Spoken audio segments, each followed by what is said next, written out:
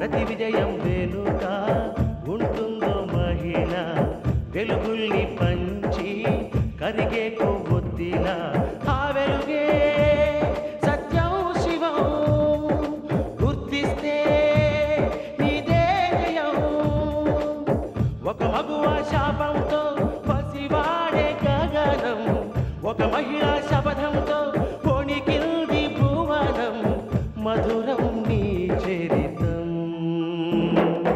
ఓ మగువా జయీ భవ ఓ మహిళా విజయీ భవ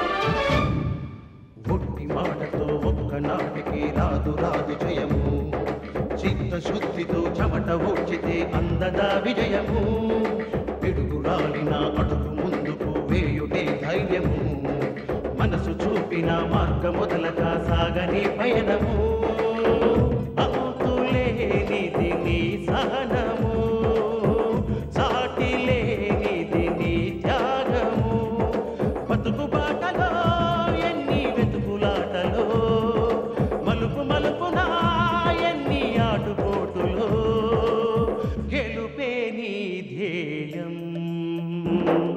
సాహసమే నీ ఆయుధం సాధించే నీ ఆశయం సాహసమే నీ ఆయుధం సాధించే నీ ఆశయం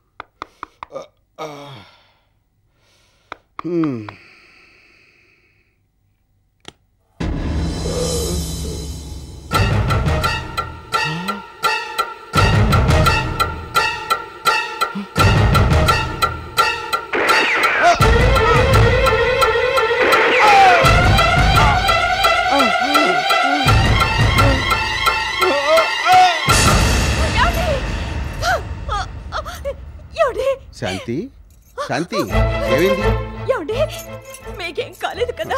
మీకేం కాలేదు కదా? నాకేం కాలేదు. ఏంటి ఏమైంది?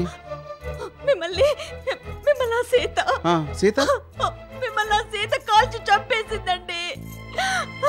పడుకునే ముందు సీతను తలుచుకుని పడుకుని ఉంటావు. సీత మీద నీకున్న ఇష్టత వల్లే నీకు అలాంటి పీడకలు వచ్చి ఉంటుంది. అవును శాంతి, ఇదిగో ఇప్పుడే చెప్తున్నాను, నీ మాంగళ్యం గట్టిది, నా ఆయుష్ గట్టిది. శ్రీరామ జయమని తలుచుకుంటూ పడుకో. నాకేం అవ్వదు, పడుకో.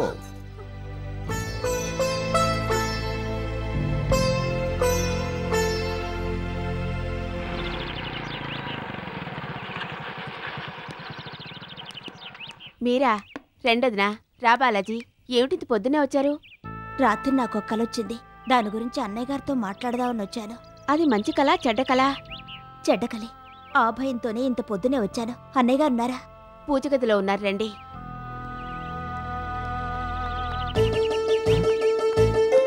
ఎక్కడికి? ఏంటి? రా. ఎందుకు ఇక్కడ తీసుకొచ్చావు? ఏ పార్ట్కి ఆ పార్ట్ తీసి అవసరమైన స్పేర్ పార్ట్లు వేసి సెటరేట్ చేద్దామని. గాలి తీయకే. అసలు ఉంటే కదరా తీయటానికి. అమ్మతో పాటు వచ్చావు, ఏంట్రా సంగతి? నిన్ను చూడ్డానికి మాత్రం కాదు. అది మాకు తెలుసులే. ఒరేయ్ బాలాజీ, మీ ఇంట్లో సెటిల్ అయినా ఆ మూగపిల్ల గురించి నీ ఒపీనియన్ ఏంట్రా? No comments please. ఎర్రగా బుర్రగా యాపిల్ పండులా ఉన్న ఆ మూగపిల్లను గాని గోకుతున్నావో? ఏయ్, దిస్ ఇస్ టూ మచ్. ఇదిగో, నీ వంకర బుద్ధి నాకు తెలుసు గాని అలాంటి గోకుడు కార్యక్రమాలు పెట్టుకున్నావో నేను భద్రకాళిగా మారి నీ భర్తం పడతాను, జాగ్రత్త. నువ్వు భద్రకాళిగా మారినా సుభద్రగా మారినా నిన్ను కట్టుకునే కర్మ తప్పదుగా. అంటే నన్ను కట్టుకోవడం కర్మగా ఫీల్ అవుతున్నావా? అబ్బబ్బబ్బబ్బే, 1000 జన్మాల అదృష్టంగా భావిస్తున్నాను. రే రే రే రే, నీ కట్టింగ్లు ఇవ్వకరా. సరే గాని ఆ మూగపిల్ల ఏమంటుందిరా? అబ్బా, ఇదెక్కడి గొడవే నీతో? ఇంకా టాపిక్ మార్చవా? ఏం లేదురా, చిలక్కొట్టుడు వ్యవహారాలకి మూగ సైగలు బాగా వర్కౌట్ అవుతాయని. అయ్యో అయ్యో, పెళ్లి కాకముందే నా క్యారెక్టర్ని అనుమానిస్తున్నావే. పెళ్ళయిందో నీ పని అవుట్. అది అయ్యేదాకా నీ మీద కన్నేసుంచాలి. నా పేరేమో బాలాజీ. పేరు దృష్ట్యా చూస్తే నీకు సవతి పోరు తప్పదేమో. రేయ్, ఎంత మాట అన్నావ్? ఉండు, నేనేం చేస్తాను? ఏయ్, ఆగమంటుంటే. ఏయ్, ఆగరా. అరే, నీకు చెప్పేది ఆగమంటుంటే. పట్టుకో పట్టుకో. ఏయ్, పట్టుకో చూద్దాం. ఆగు. చెల్లెమ్మా, గట్టిగా పట్టుకున్నావు. కొట్టు కొట్టు కొట్టు, రా వచ్చి కొట్టు. ఏం చెల్లెమ్మా అలా నవ్వుతున్నావు? ఎవరు ఇక్కురోడు? చూస్తే దొంగ కోళ్ళు పట్టేవాళ్ళ ఉన్నాడు. నీ దగ్గర ఏమైనా దొంగతనం చేశాడా? అవును, చేశాడు. ఏమండి, దొంగతనం చేసి మర్యాదగా మా చెల్లి దగ్గర ఇచ్చండి. అసలే నేను మంచోడిని కాదు. ఇంతకు మీరేంటండి దొంగతనం చేశారు? మనసు చేసింది ఏదో చేశారు కానండి, మా చెల్లికి ఇచ్చండి. అసలే మా చెల్లె మనసు వెన్ను పూసండి. కాబోయే బావ కోసం భద్రంగా దాచిపెట్టుకుందండి. ఇచ్చండి ఇచ్చండి. ఈ సాల్తీయే నీకు కాబోయే బావ. అయ్య బాబాయ్, అయ్య బాబాయ్, మీరేనండి నా కాబోయే బావ గారు? ఇంతకీ నువ్వెవరు బాబు? నేనా అండి? అనాథనండి. మూర్తి బాబాయ్ గారు నా మీద జాలిపడి నన్ను ఆదరించారండి. కన్నబిడ్డలా చూసుకున్నారండి. బావగారండి బావగారండి. ఇంతకీ మీ పేరేంటండి? బాలాజీ. అయ్యి బాబోయ్, కుడి అడగా మీ పేరు నా పేరు ఒకటేనండి. మీ పేరు బాలాజీ, నా పేరు పెరుమాడు. చాలా బాగుంది. ఎవరి పిచ్చోడు? పిచ్చోండి కాదండి, అంతేగా అన్నయ్యని మీకు కాబోయే బాగుపడుతుందండి. చెల్లమ్మ చెల్లమ్మ, నువ్వు ఓ పని చేయాలి. మీరిద్దరు పెళ్ళాడి ఏడాది తిరగకుండా ఒక మగబిడ్డను కనాలి. ఆలోగా నేను పెళ్ళాడి ఆడపిల్లని కంటాను. అప్పుడు మీ అబ్బాయికి మా అమ్మాయి నుంచి పెళ్లి చేద్దాం. సరిపోయింది. ఆలు లేదు చూలు లేదు, కొడుకు పేరు సోమలింగం అన్నట్ట. అలా ఉంది. బావగారు బావగారండి, నేను మాట తప్పనండి, మీరే ఆలోచన. మీ చెల్లెలు ఒప్పుకుంటే మగపిల్లాన్ని కంటానికి నేను ఇప్పుడే రెడీ. ఏంట్రా వాగుతున్నావ్? ఏయ్, కొట్టద్దు, బావగారిని కొట్టద్దు, నా కాబోయే బావగారిని కొట్టద్దు. అమ్మా శాంతి, నీకు వచ్చిన కళ నిజమయ్యే అవకాశాలు చాలా ఎక్కువగా కనిపిస్తున్నాయమ్మా.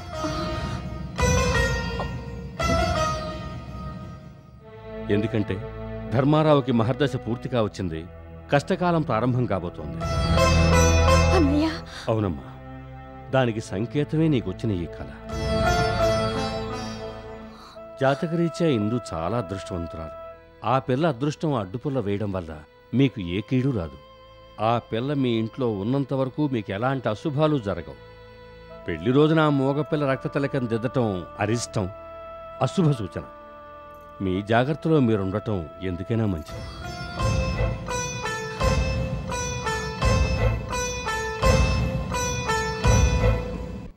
అయ్యో, టిఫిన్ పెట్టండి రా అని గంట సేపటి నుంచి బుత్తుకుంటుంటే ఎవరు పట్టించుకోరేమే. ముసలోళ్ళంటే లోకు అయిపోయింది కొంపలో. అసలే కళ్ళు తిరుగుతున్నాయి బాబు. అయ్యో, ఏమే ఏ ఆ ఇడ్లీ నాకేనా? పెట్టు పెట్టు, ఆకలేస్తుంది. ఇది నీకు కాదమ్మమ్మా, నాన్నగారికి.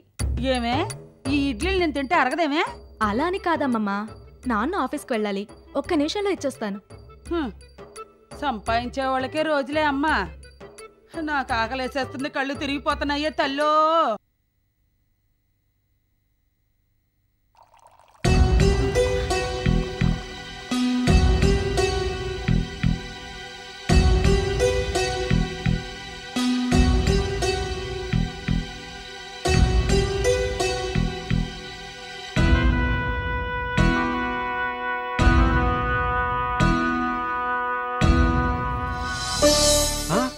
పెసరట్టా?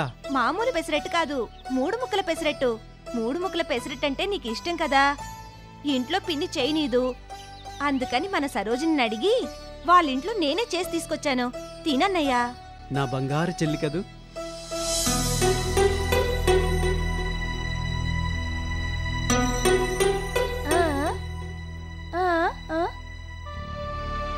అమ్మా సీత, ఈ 3 ముక్కల పెసరట్టు తింటుంటే గతం గుర్తుకొచ్చిందమ్మా.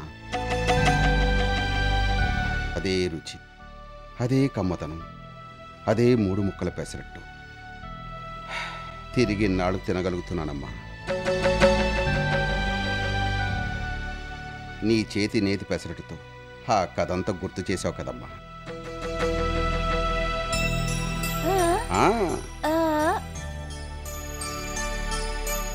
చాలు చాలు చాలు.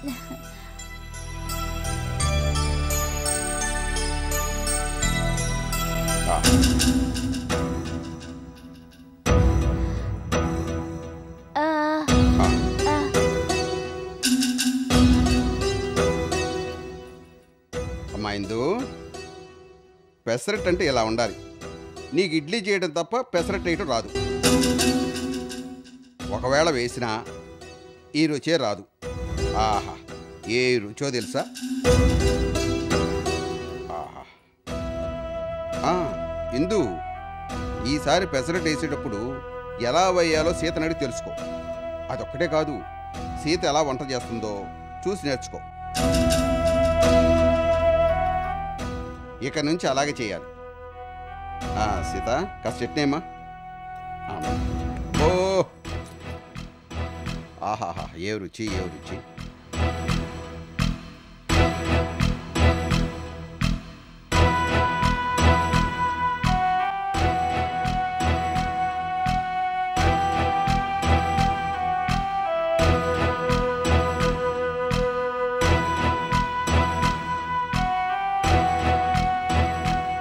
ఇదిగో టిఫిన్ తినమ్మా. ఏ మీ నాన్నకు అరగలేదేమే? నాన్నగారు సీత పెట్టిన పెసరట్టు తింటున్నారు. పెసరట్టా? మరి నాకేదే? ఇడ్లీ తినమ్మమ్మా. ఏంటి ఆలోచిస్తున్నావు? ఏం లేదమ్మమ్మా, సీత పెట్టిన పెసరట్టు తింటుంటే నాన్నగారికి గతం వర్తమానం అయిందిట. అదే రుచి, అదే కమ్మదనోట. అదే 3 ముక్కల పెసరట్టు ఇన్నాళ్ళకి తింటున్నారట. ఆ పెసరట్టుతో పాత కథంతా గుర్తుకొచ్చిందిట. అలా అని నాన్నగారు సీతతో అంటున్నారమ్మమ్మా. అది సంగతి. దీన్ని బట్టి నీకేమర్థం అవుతుంది? ఖచ్చితంగా ఆ మూగ పిల్ల మీ నాన్నకు పుట్టిన అక్రమ సంతానమే. కాదని నువ్వు తలాడిచ్చినా అవునని నా అంతరాత్మ పదే పదే చెప్తుంది. నువ్వెంత చెప్పినా నీ అనుమానం మాత్రం నిజం కాదు. కానీ వాళ్ళిద్దరికీ వేరే ఏదో సంబంధం మాత్రం ఉండి తీరుతుంది. సరే, అలాగే అనుకుందాం. నువ్వన్నట్టు ఆ సంబంధం ఏమిటంటావు? పోనీ ఏమిటంటావు చెప్పు.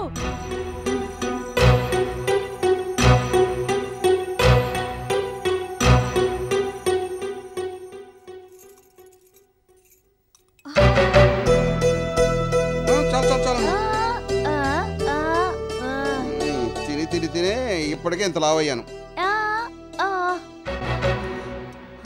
చాలమ్మా. సరే కానీ చాలు చాలు, చట్నీ అది చాలు. ఏం కావాలని నిన్ను అడగాల? అలాగే. సీత,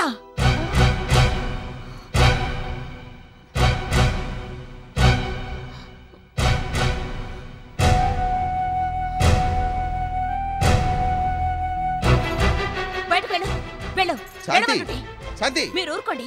ఏమిటలా చూస్తున్నావు? వెళ్ళు. నీకేం చెప్పేది? ముందు బయటకు వెళ్ళు, వెళ్ళు. శాంతి, నీకేం పిచ్చెక్కిందా? ఎందుకంత కోపం?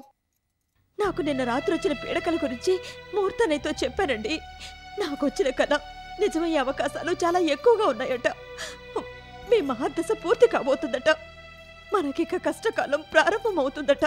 దానికి నిదర్శనమే నాకొచ్చిన పీడకలట. జాతకరీత్యా ఇందు చాలా అదృష్టవంతురాలటండి. ఆ అదృష్టం అడ్డుచక్రం వేయడం వల్ల మనకే కీడు రాదట. ఇందు మన ఇంట్లో ఉన్నంతకాలం మనకే అశుభాలు జరగవటండి. కానీ మన పెళ్లి రోజున సీత మనకు రక్త తిలకొద్దిద్దడం చాలా అరిష్టమట. అందుకని మన జాగ్రత్తలో మనల్ని ఉండమన్నారండి. దాని శాంతి కూడా జరిపిస్తాను చెప్పలేదు? చెప్పడానికి వాడి బుద్ధి లేకపోతే వింటానికి నీకు బుద్ధి లేదు. ఈ జాతకాల గీతకాలు నన్నేం చేయలేవు, చేయవు కూడా.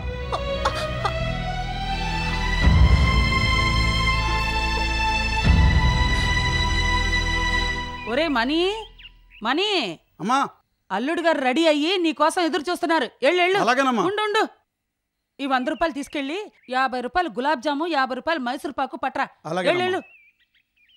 ఒరేయ్, అల్లుడు గారికి తెలియదు నీకు. సరేనమ్మా. భారత మాతను నేను బందీనై పడి ఉన్నాను, భారత మాతను నేను బందీనై పడి ఉన్నాను, శరీరమంతా కారాగారం, సంకెళ్ళే నీ కలంకారం,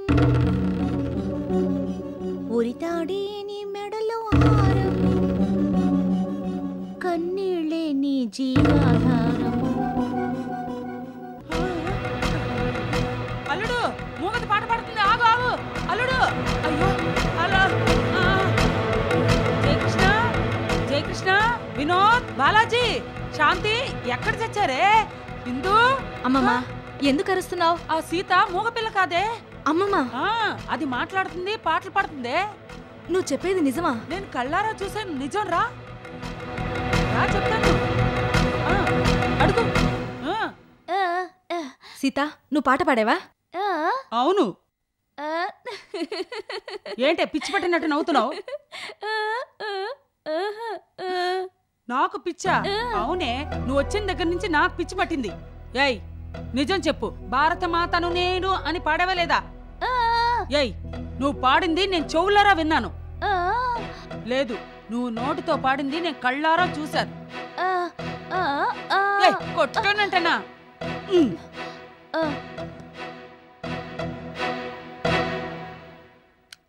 భారత మాతను నేను బందీనై పడి ఉన్నాను, భారత మాతను నేను బందీనై పడి. అబద్ధం, ఇదంతా అబద్ధం. నా చెవులారా విన్నాను. ఈ మహానటి నిజంగా పాడింది. ఇది మూగత కాదు, ముమ్మాటికి మూగత కాదే. అమ్మమ్మ, నీ చాదస్తో నీది. ఎవరేం చెప్పినా నమ్మవు. రా వెళ్దాం. చెప్పింది నమ్మరు గాని కళ్ళారా చూసింది నమ్మాలి కదే. ఇప్పుడు కళ్ళారా చూసావు కదా, పదా. అది కాదే. పదా చెప్తా. అమ్మమ్మ, నీ సంగతి చెప్తాను. నీ సంగతి తర్వాత చెప్తానే.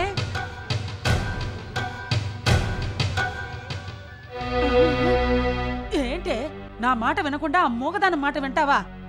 అమ్మమ్మ, నీ మాట మీద నమ్మకం లేక కాదు, నువ్వు చెప్పింది, అది పాడి వినిపించింది చూస్తే ఆ సీత విషయంలో ఏదో మర్మం ఉందనిపిస్తుంది. వచ్చావా నా దారికి? అది తెలిసే వరకు మనం మౌనంగా ఉండాలి. భారత మాతను నేను బందీనై పడి ఉన్నాను.